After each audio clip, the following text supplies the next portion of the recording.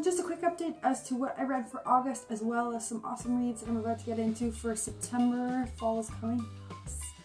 And I have been able to read some books this August, which was really good. Also really hard though, because I was juggling 2 jobs. I'm now down to 1, which is super exciting because it is an independent bookstore. I've just started it, and it's grand. It's grand. I've already had a fabulous time. So, but what I'm about to get to is the stuff that I've read for August. So first up is H is for Hawk by Helen MacDonald. This book I chipped through it through July. Like, I only managed to read it mostly on my lunch breaks, but finally, I finished it. Actually, I still managed to finish it on a lunch break, but it was this really deep, really thoughtful book about a woman struggling with the loss of her father and going through a very dark depression. And she decides to raise a hawk.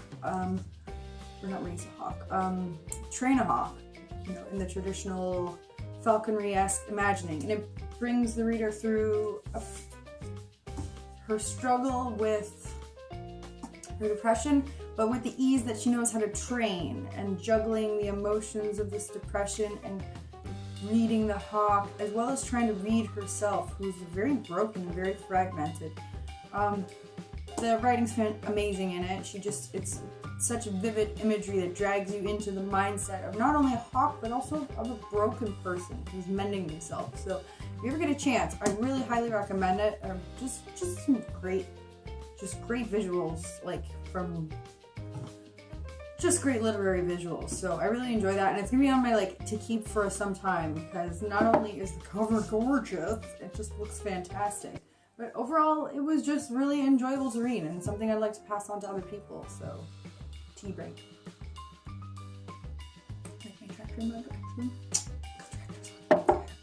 Second I read this month was Naomi Novik's Uprooted. This was good. I'm not sure what I was expecting. I think that's what I did. I didn't go into it with any expectations. I just enjoyed her style of writing. I've read one other piece by her, and it was the first book in the Dragon series. Can't pronounce the character's name, so I'm just not even gonna sink my teeth into that one. But Uprooted was completely different from that. It followed a girl taken by a wizard. She wasn't intended to be taken by this wizard, but she ended up having to stay in this castle for supposed to be 10 years, but a number of events come up, and we're taken away from the idea that she's taken the castle into the real reason that he needs these girls to come to the castle every 10 years. And what evolves from that is this more darker, broader history of the world and this old world that they live within. You really have to read it, because it very much resonates as an old folklore tale, and characters being a part of an old folklore tale as well as building your own. It's not cliched at all, and it really struck me as a refreshing approach. A few things I struggled with were the pronunciations. The language is rooted in Polish, and the pronunciations were tricky for me because I don't have too much experience with the Polish language. So, but it was still good. It was really good. It just took a little while to sink my teeth into all the pronunciations, and as well as the magic style, which was really interesting and really cool. And once I wrapped my head around the idea of it, I was like, oh, okay, I can get behind this. It was refreshing. It was great. Highly recommend it. It's a nice transitionary piece away from, say, for example, if you really like YA novels and you're in the fantasy in it, it's a good transition into standard fantasy as well. She refreshes both genres too with goodness, and it makes you really rethink when you walk into the woods as well, that it's not just always some beautiful, magical, Mother Nature kind of thing. Woods are a thing to be reckoned with and thought about in a deeper and maybe even a sinister level. So yeah, there's that. So lastly, I have read Spare and Found Parts by Sarah Maria Griffin. Firstly, cover, again, fabulous.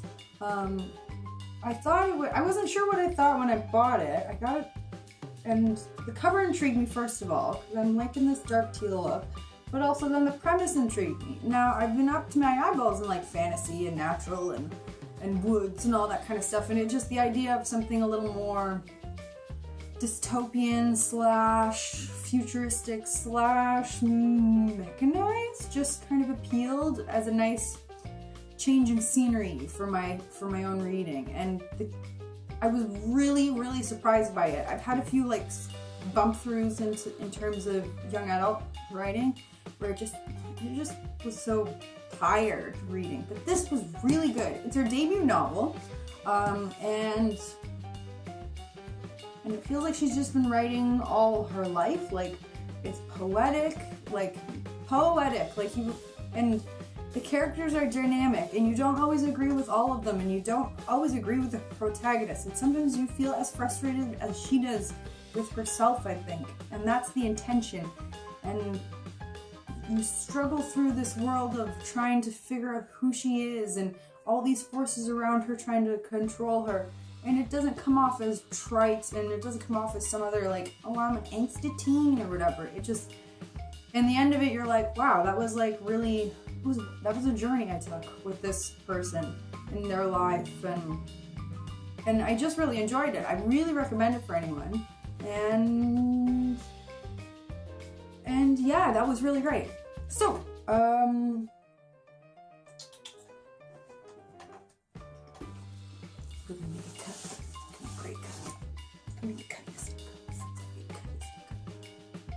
okay, so as to my to be reads for the month, I have 2 books.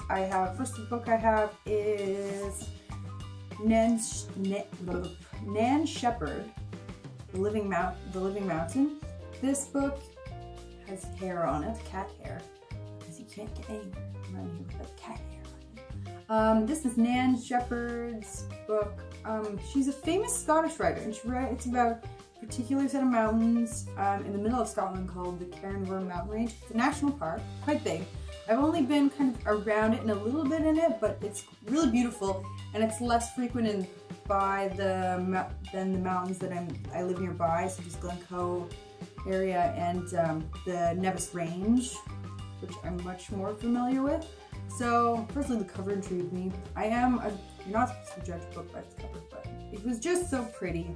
And I love the little, I think it's a deer. It is a deer. The little deer on the front.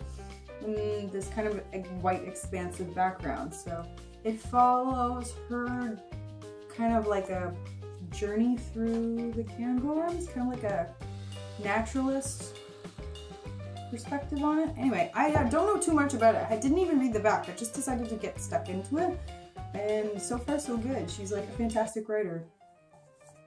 Yeah, I think I just opened to a page in the poetry, and just started reading a section of just description, and it was so good. It was just so good. Lastly, I'm looking forward to reading is Daniel Polansky's A City Dreaming. If you follow my blog, you know that I read Daniel Polansky's The Builders, and I fell in love with the writing. I fell in love with the storytelling. So I thought, why not try something else by him, because it was just so awesome. Again, I haven't read the premise.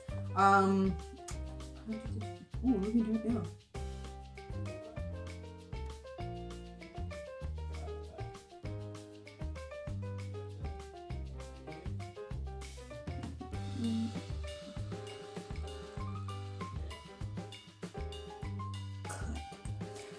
So the second book I'm reading is A City Dreaming by Daniel Polansky.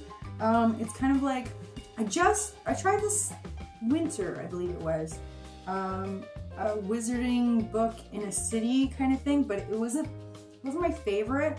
It felt like I was reading, I want to say pulpy fiction, not pulpy fiction. It just felt cliched, and the characters were a bit heroic and awesome, and not in a way that was good, more in a way that was like, there's no character flaw to them, and they followed all the, just followed all the cliches. So anyway, so lastly,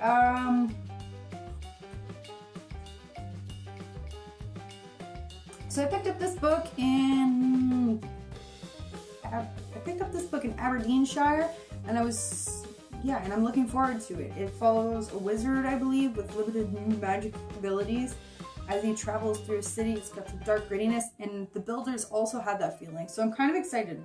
I'm liking the dark gritty feel of my books right now. I like the straying away from the cliche. Not that I don't mind the occasional cliches. Sometimes they're fun. They make an ending good. They make something good. They're cliches sometimes for a reason, because some people like a cliche. But I'm liking also the branching away from cliches. So City Dreaming, I'm hoping, is that. There are a few more books that I'm kind of looking to read for September, but I've only just...